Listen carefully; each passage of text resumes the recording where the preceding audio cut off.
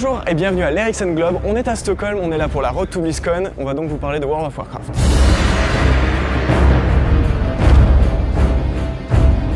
On est dans l'antre de la bête à Stockholm, dans le Ericsson Globe. 16 équipes ont été sélectionnées sur internet pour couronner ceux qui vont aller à la vraie finale en Californie, à la BlizzCon. C'est donc la Road to BlizzCon, vous avez les joueurs juste là.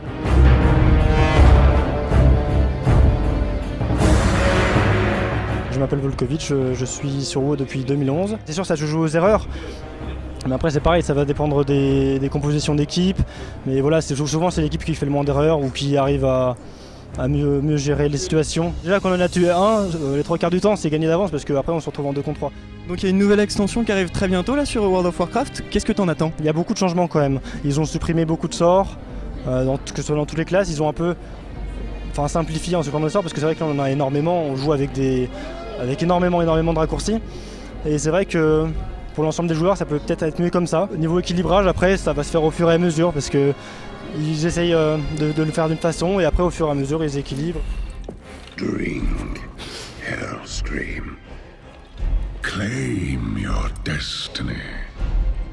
You will all be conquerors. On n'a pas beaucoup de chance de gagner mais il y a quand même moyen, on a toujours réussi en tout cas à se débrouiller pour arriver là, donc je pense qu'on aura quand même moyen de faire quelque chose, même si c'est pas facile. On est dans Dreamhack Stockholm avec Azael, le caster de World of Warcraft. Hello Isaac. Hi. How was your tournament? It was actually a lot of fun. The games were quite fast paced and there was a number of upsets, which I think makes it a lot more fun for a commentator. You know, it's nice to be surprised and have some fun games. The level was definitely high. I wasn't surprised. I think that Europe has traditionally been really strong in World of Warcraft, so it's no shock that the players were very good. It's very different from other games because, you know, with StarCraft and with Hearthstone and stuff, it's a lot about telling a story. With World of Warcraft, it's like the game starts and it's play by play the whole time. You know, in the past there's tournaments, you know, MLG every month and ESL every month, plus the BlizzCon, plus, you know, Dreamhack has had tournaments and all these other ones, so it's like if you lose a tournament, it wasn't as big of a deal. But now, for the players, if you don't do well in a tournament, it's so devastating, so it makes it so important because it's like the one big tournament a year.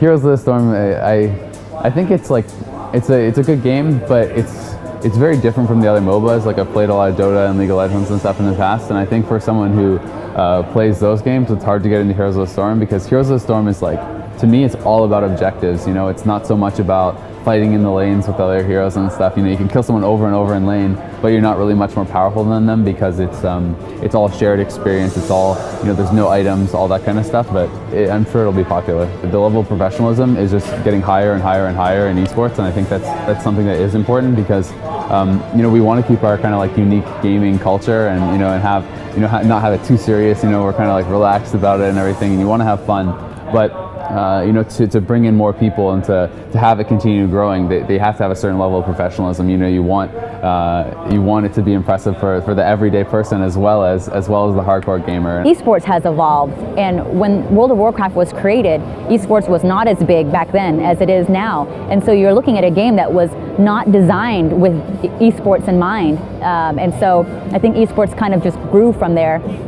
And so now we're just asking ourselves, are there other ways for World of Warcraft to have an esports element that is not just specific to arena? And so those are things that we're looking into. Those are the types of feedback that we like to hear from everyone. And so we're definitely excited for Warlords to come out. And if there is a different way to view that game in an esports fashion, we definitely want to consider it.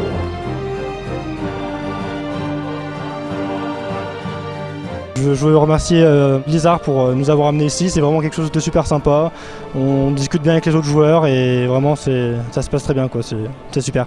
Thank you everyone for tuning in to Dreamhack Stockholm, and hopefully you guys will watch the North American Regionals at BlizzCon as well, and thank you everyone for supporting me.